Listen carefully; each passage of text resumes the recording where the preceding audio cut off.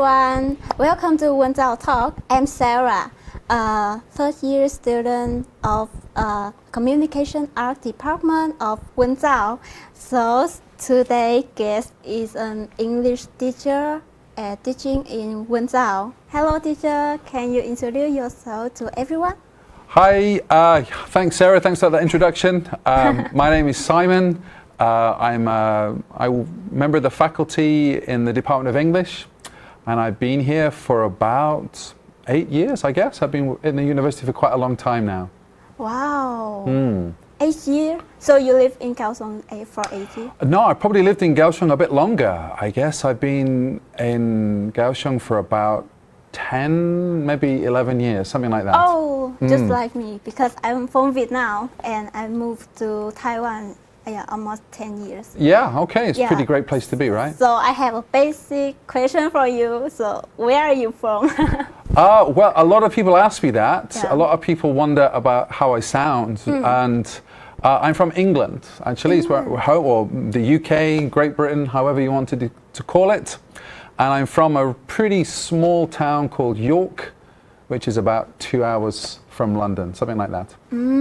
So it's tiny, much smaller than Kaohsiung. So what brings you to Taiwan? Why you choose Taiwan? Well, I don't know if I chose Taiwan, but my wife is Taiwanese. And so one of the main reasons why I came here was because of her, really. That was my motivation. Because of love. Exactly, because of love. That's right. Okay. Yeah. So maybe you live in Taiwan for a long time? Yeah. So maybe you have traveled a lot in Taiwan, right? Yeah, I've done a lot of traveling, yeah, for sure. So where have you been?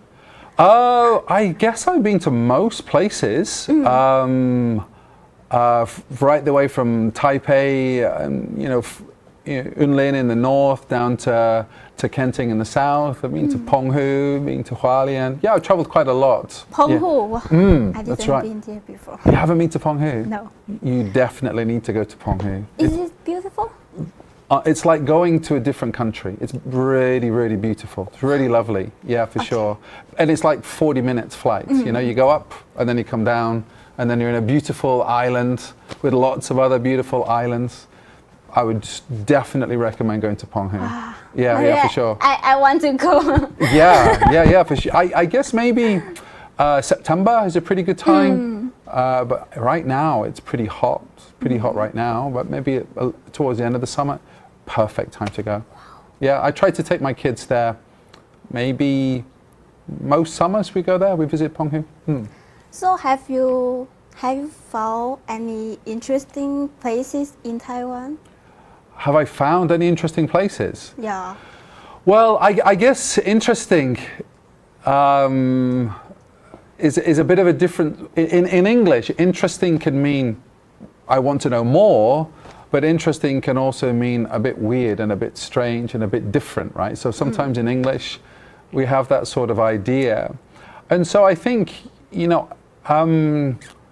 there are many interesting places to go to, so for example, going to somewhere like Mainong, which is, sort of in the countryside, is pretty interesting for me. It's quite beautiful, lots of rice fields, lots of traditional Aboriginal culture. I think that's quite interesting to experience and to enjoy. Some nice camping there.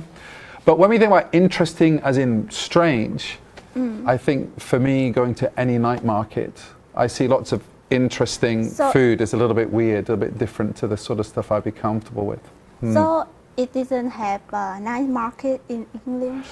No, we have markets, but they're not as important part of our culture as maybe night markets are in Taiwan, right? Everyone in Taiwan says, go to a night market, right? Whereas in England, we don't say, go to a farmer's market, go to a farm. We don't have that kind of feeling about that. But we do have these kind of things. Normally they'd be in the morning, the afternoon, but we're not as crazy for night markets as maybe people love them in Taiwan, for sure. In Vietnam, we don't have night market too. Really? It's on just some places, but not common like Taiwan. Would that be maybe for tourists or something like that? Yeah, Would they yeah. normally go to those sort of markets, right? Yes. Yeah, I think, I've been to Hanoi and I've been to Vietnam quite a lot. And there's like an old quarter in Hanoi, right? Where there's lots of sort of, you can go like tours around like lots of streets of shops and restaurants and cafes and things like that. Yeah. But yeah, I don't remember seeing many night markets like in Taiwan. So what the things that you like and you dislike of Taiwan? It's a dangerous question. Well, I think, I don't know. I think there's more to enjoy than not to enjoy living in Taiwan. I don't live in Kaohsiung, right? I live in a small town in the countryside outside of Kaohsiung. And so I'm really I'm definitely the only English person that lives in my town. Maybe we've got some international workers, maybe from Vietnam or Thailand, working in some of the factories. And so one of the things that I enjoy about where I live is that it's very Taiwanese, it's very traditional, it's very local. I quite like that a lot. And I guess maybe some of the things that I find frustrating are quite similar, because sometimes it can be hard to get food that I'm familiar with. Sometimes it can be hard to watch TV shows that I enjoy. Some of those things can be quite difficult living in a small town. But most of the parts about Taiwan are quite enjoyable. But there's only one feature of living in Taiwan that I find frustrating, and that is driving. Driving. I have to drive every day to come to Wenzao. I have about a 30-minute drive. And everybody says to me, Taiwanese people are so friendly, Taiwanese people are so patient, Taiwanese people are so lovely. And I think that's true until you have to get in a car and experience driving. And then it's a very different sort of, kind of a scary kind of moment, I think. And all of a sudden, this friendliness, I don't know, it becomes like, we're gonna race down these roads, and that can get a little bit frustrating for me, for sure, a bit scary. For me, I don't like waiting for bus. It so waste my time. Yeah, it takes a long time to wait. Sure. Yeah, and the bus driver is not friendly. Oh, really? Sometimes. Okay, Yeah. and so what? So you don't ride a scooter in Kaohsiung or anything like that? Yeah, I have scooter, but before, I need to take a bus. I think if I had to take a bus every day, I would learn to drive, learn to get a scooter. I would do everything I could to be more sort of mobile, more independent. But you know what? I was in Hanoi last year, and there's a lot of scooters in Hanoi, right? And there's a couple of things that I noticed. Number one, in Hanoi, the wing mirrors, like the little mirrors that you see. A lot of the scooters, they don't have those, right? And everybody beeps their horn, right? This kind of stuff, right? It's a make noise. It's amazing. So when we were in Vietnam and I was with my kids, like beeping horns, they thought it was great.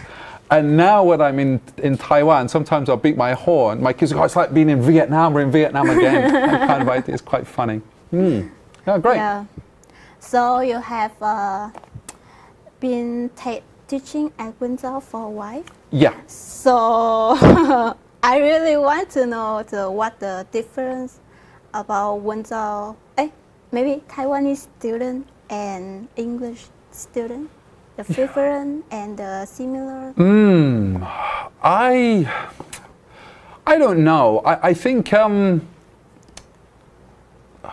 I think that's quite a difficult question to answer, because you always have really motivated students, and you also have students that are less motivated. It doesn't matter what country you're in, I guess. But the difference for me is that, Wenzao, mostly a lot of the students are interested in language, a lot of the students are interested in culture, they're interested in things outside of their own environment. And so I think that's quite interesting. There's quite a lot of questions about different cultures, different language, how I can use language in some different sorts of places. Now, when I was working in the UK, a lot of my students were international students who were already in the UK, and they needed language to function or to work at UK university. So they were very much, my language is for my study, my language is for my study.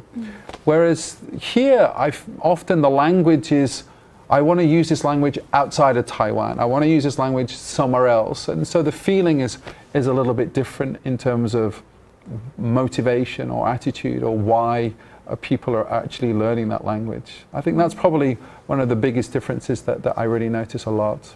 Oh, so what do you think of the English proficiencies of Wenzao students? This is a very common question. Yes. And my first response is often people will say, you know, that the overall language proficiency of students, not just at Wenzao, but generally isn't as high as it could be, and it could be improved upon. And then through working here at Wenzao, I have many opportunities to work at senior high schools in Kaohsiung and to meet students that aren't at Wenzao, at universities as well. And there's a big difference in language proficiency. You know, here the students at Wenzao, they may feel, I often hear my English isn't good, my English isn't good enough. I often say to them, okay, sure, then go to a local high school. And then compare your English. Your English is amazing. Your English is great. And the effort and the work that you're putting into your language, maybe in a Wenzao environment, it's hard to see that because lots of students are pretty wonderful at language, but you take your language elsewhere, it's more than good enough in most situations. So I'm very delighted. I'm really delighted that I've got the opportunity to be working here where the language ability is actually much stronger. Okay, in your opinions, so what are the advantages of learning English well? You know, I think there are a lot of advantages, but I guess probably, you know, what I often talk to or what I explain to a lot of my students is just an opportunity to experience more through a different language. Most of my students, most of the courses that I take or that I offer here at Wenzao are more professional related, maybe work related, or looking to have a little bit more professional experience. And for example, in communication outside of Taiwan, most of the media industry is going to be using English as a tool to communicate. If you're working for an international company, regardless of how many different nationalities there are, there's a good chance that English is going to be the way that you're going to communicate with your colleagues. And so being able to use English, I think, just opens a lot of opportunities. One, in that workplace, but two, opportunities to experience different cultures and to maybe understand it a little bit better, to understand, maybe help people think a little bit better, maybe enjoy a bit of humor, enjoy a bit of culture because you have a good understanding of the language itself. I think that's, you know, opportunities are really what I think about in that way. Does that make sense? Oh yes, makes sense. Do you agree with that? Yeah. Sure. So it'd be a bit like me going to Vietnam and living in Vietnam and being able to speak Vietnamese. You have quite a different sort of experience, right? I imagine, I guess that's how I would think of English as an opportunity to do that. But some places, they don't use English. Yeah, so we need to learn their language. Yeah, absolutely right. Yeah, for sure. You know, and you know, me speaking as an English department instructor, but you could have someone from the Japanese department, or you could have someone from the from the German department, and they would say the same kind of idea. Learning German gives you an opportunity, an insight into some different parts of German culture that you can't get unless you understand some of the language. Yeah. But I think a lot of people think that English is so difficult. So what do you think about this? I often hear that, right? And I get, maybe I can use, I've got 2 young children, right? I've got a daughter who is going to be 9, my goodness, and I've got a son who is 6. Now, I don't sit with them and teach them grammar or teach them, formal instruction, right? But I use English every single day. The only way that I communicate with my children is in English. And so they're fluent, they're bilingual, they can speak great Mandarin, they can speak great English, they can speak some Taiwanese. But it's not because English is easy, it's because we just practice and we practice and we practice and we practice, right? Yes.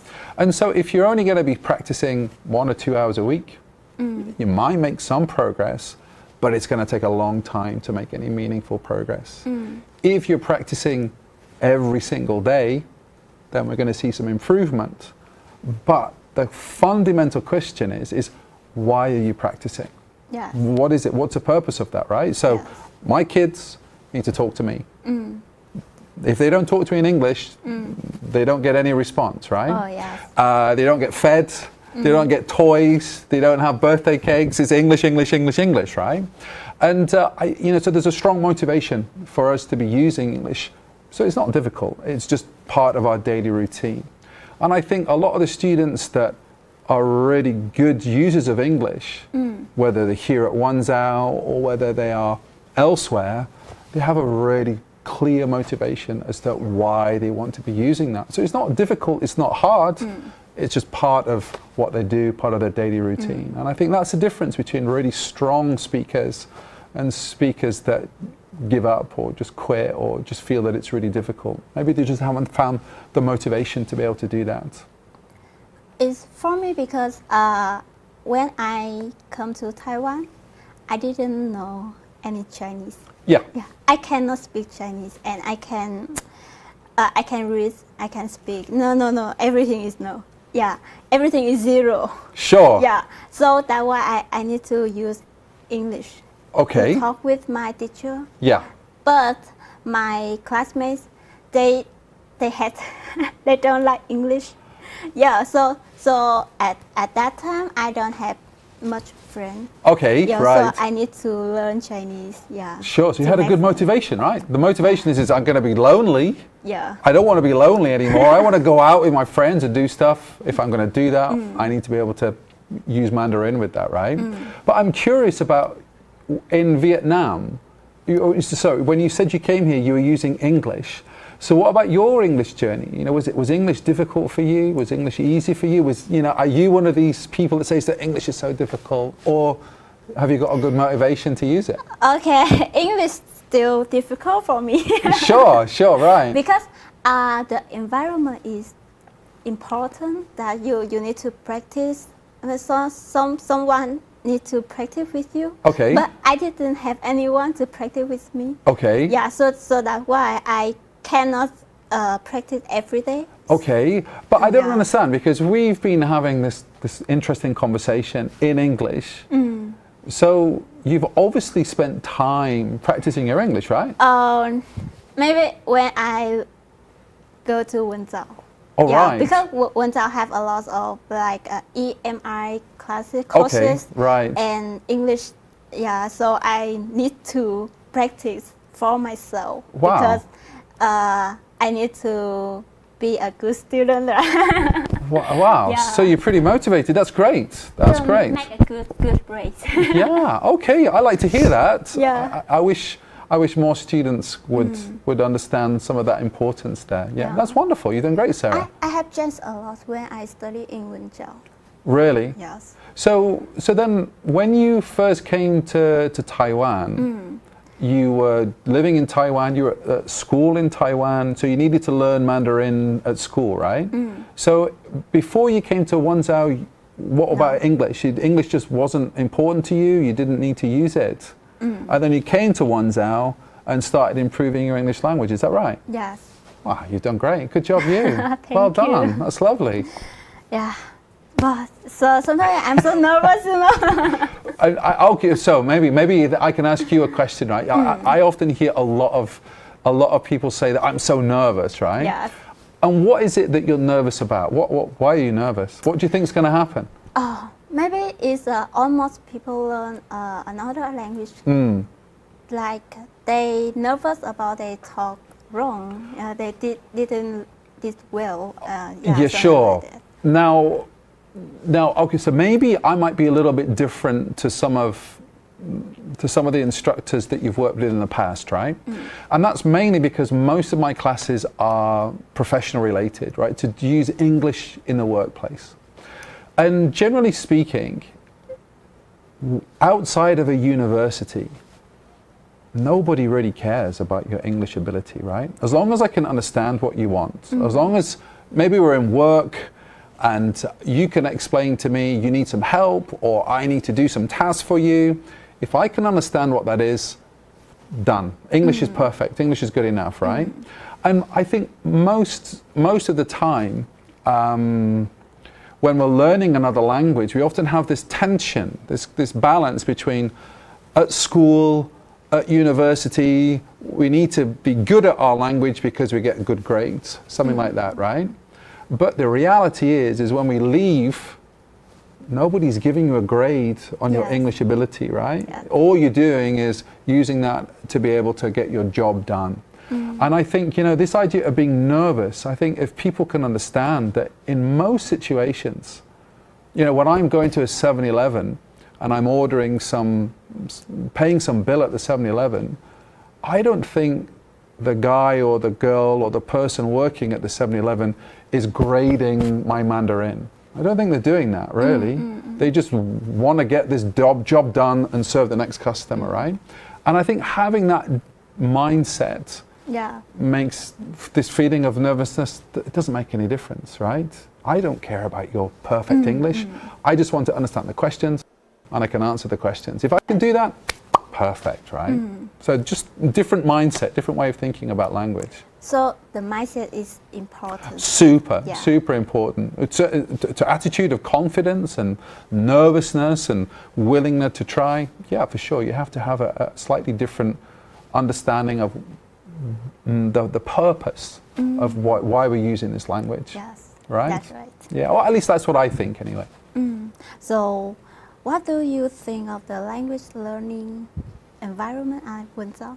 Well, I was at a meeting, I don't know, a couple of weeks ago now, where I found out that Wenzao has got one of the highest numbers of international faculty across all universities in Taiwan. And I was pretty surprised at that, happily surprised, in that I think that it's really important for learners to be exposed to authentic speech, natural language that's not just confined to a book or not just on a video, but the person who's using that language has got some real world experience and understanding of what that means to be applied. And so I think Wenzao is pretty great at creating those types of environments.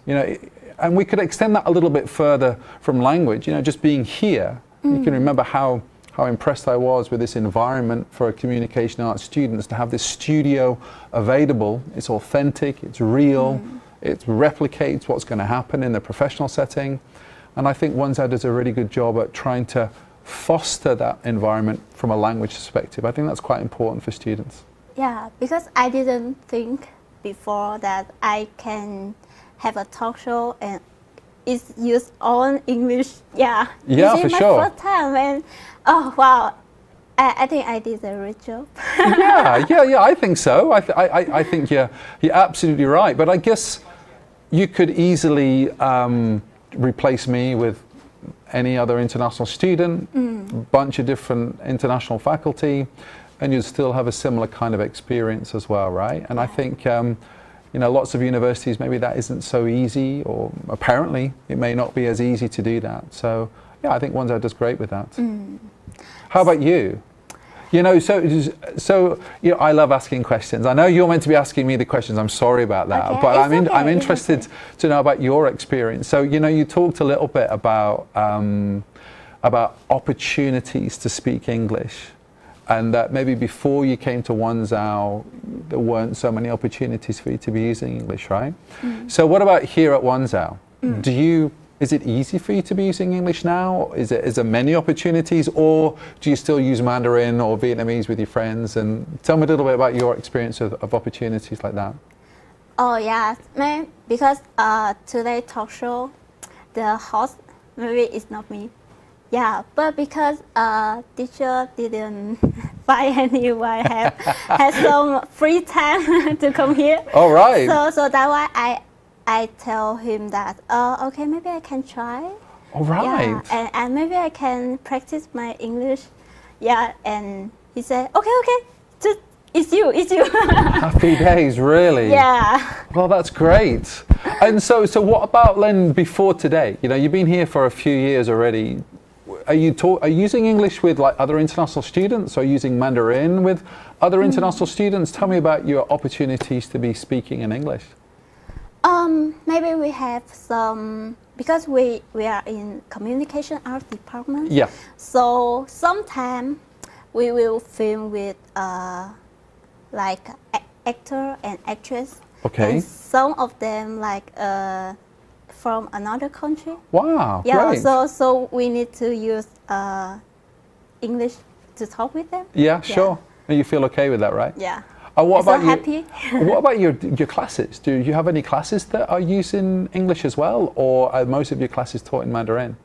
Yeah, we also have EMI courses. Sure. Yeah, and maybe a lot. Yeah, Okay. Because okay, if I tell Wenzao that because I joined that class because of money. Okay. Yeah. Sure. Yeah, the EMI courses we still have money if I finish the class. Okay, yeah, sure. So there's an extra motivation for you to be taking the class, just right? for money. Yeah, sure. Well, that's okay. I don't think you need to be embarrassed about that. But the side benefit is that you also get more English input and English exposure, which is also important, I think. And I can make more friends around the world because they come to Wenzao and to make exchange student. Yeah, sure. Maybe some people from French. Germany, yeah. And a lot of people say that. Yeah, but did you make any friends? Yeah. Great. Then I'm happy to hear that. That's wonderful, Sarah. And they also beautiful girl. Okay. Beautiful girl. Handsome guys, maybe? I don't know. No. Oh no, that was a straight no. You didn't even think about that. Just no way. Oh, no okay. Fair enough then. So, in your opinions, what advantage does Wenzao have in terms of equipment and learning environment? Well, I don't know. Can I be considered equipment? I don't know. I think maybe, I don't know. I guess maybe in something like communication arts, equipment is important, right? You know, to have a studio, to have this kind of things, this is important. There are technical things that you need to be able to learn, to be able to use some computer software. This kind of stuff, I can understand that. But I think in the Department of English or language learning, I don't necessarily feel that equipment is as important as having a qualified, experienced, excited, engaged instructor, designing courses that are going to be interesting for the students. I think that is particularly important, right? And now, of course, we've got computer labs, we've got access to, all kinds of computer equipment, but I don't think that really is going to replace an interesting, engaging instructor who's delivering those kinds of courses. And I think any kind of language, you need to have somebody who's got some sort of passion, some sort of interest. And I think, Wenzao's pretty great at trying to find instructors that want to pass on that enthusiasm for language learning. And as a result, students hopefully are a little bit more engaged in that kind of process as well. I think is equipment for English, learning English, maybe is LDCC, right? Oh, okay. So maybe yeah. sort of support, you mean? Okay, Yeah. right. So when I think about equipment, I think of, technology and lights and these kind of things. Oh, yeah, okay. So there is a whole bunch, right? There's a bunch of stuff at the library in terms of reading. There's like some reading support for students. There's some software training that's delivered in English language suites. Of course, there's LDCC where I volunteer there. I also spend a couple of hours a week helping students with either practicing some of their speaking or preparing for some exams. There's quite a lot of support available for students, provided students want to use that support, right? I think, we come back to our question of motivation. I guess there's lots of students that have never visited any of those centers of support because they haven't been motivated to do that. Whereas there are other students that come to me either because they've been encouraged by their instructors to come and use the support, or because they have a real need. Maybe they want to practice a presentation, or maybe they have some TOEIC or IELTS exam they want to better understand, and they're motivated to come and learn more about it from those centers. Yeah. Do you think that is like if you know a lot of language, that person will more confident than another people? Do you think that? Oh, no. I think it's the other way around. I think I guess I'm not an expert in sort of people with the ability to learn lots of languages, but I guess that a confident person may find learning languages easier. I don't know, maybe. And so learning languages, I don't think will make you more confident. I think it's more likely that confident people want to learn language because maybe they want to do something with those languages as well. Maybe I'll think about it in the other kind of way. So my wife, she speaks English really well, Mandarin really well, Taiwanese really well. So she can speak 3 languages as well as I can. And she's pretty confident, she's pretty open, and she manages to switch between those languages very easily, very comfortably. But she's also kind of an outgoing, confident kind of person. And I wonder if there's some connection between being confident and finding languages easier to learn, rather than learning languages makes you more confident. I'm not too sure about that. What do you think? I think because you need to practice. Yeah. You need to be brave that you can do that. That's right. Yeah, and your confidence is come from because you did it. Yeah, that's right. Because a lot of people say, maybe I can, and they even not to try to take a first step. Yeah, sure. Yeah. So because our confidence is because I'll try to do our best. That's right, but I guess that confidence then maybe isn't about language then. It's just that person just wants to try and isn't so nervous about failing, right? And maybe in that sort of way, I think language ability and confidence, they support each other, but maybe I think you start with confidence and then have more language ability, rather than language ability then have more confidence. Maybe in my mind that would be a little bit more logical, I think. Because my friends told me that they think I can speak Chinese, I can speak English, and I also know Vietnamese. And in Wenzao, a lot of friends are learning a lot of language too. Yeah, sure. Yeah, and they tell me that Wenzao students have some confidence that they want to be us. Yeah. Yeah, but they can't. I asked them why. It's just because English so so hard for me, or another language so hard for me. Yeah. Yeah, and so that's why they think that we so confident about ourselves. Yeah, maybe, but I guess, but if you want to learn languages, where are you going to go, right? In Taiwan, it doesn't matter what language you want to. If you're serious about learning languages, there's Wenzao is a pretty great place to be able to come to do that. So you're already in that mindset that I want to improve my language ability, right? You're not frightened of failing or being perfect in English. You just want to go on and learn some language, right? So maybe it could be Korean or it could be Vietnamese. It doesn't really matter. So I think already the people that are coming here are already have some degree of confidence about them that they want to use those language abilities in different kinds of ways.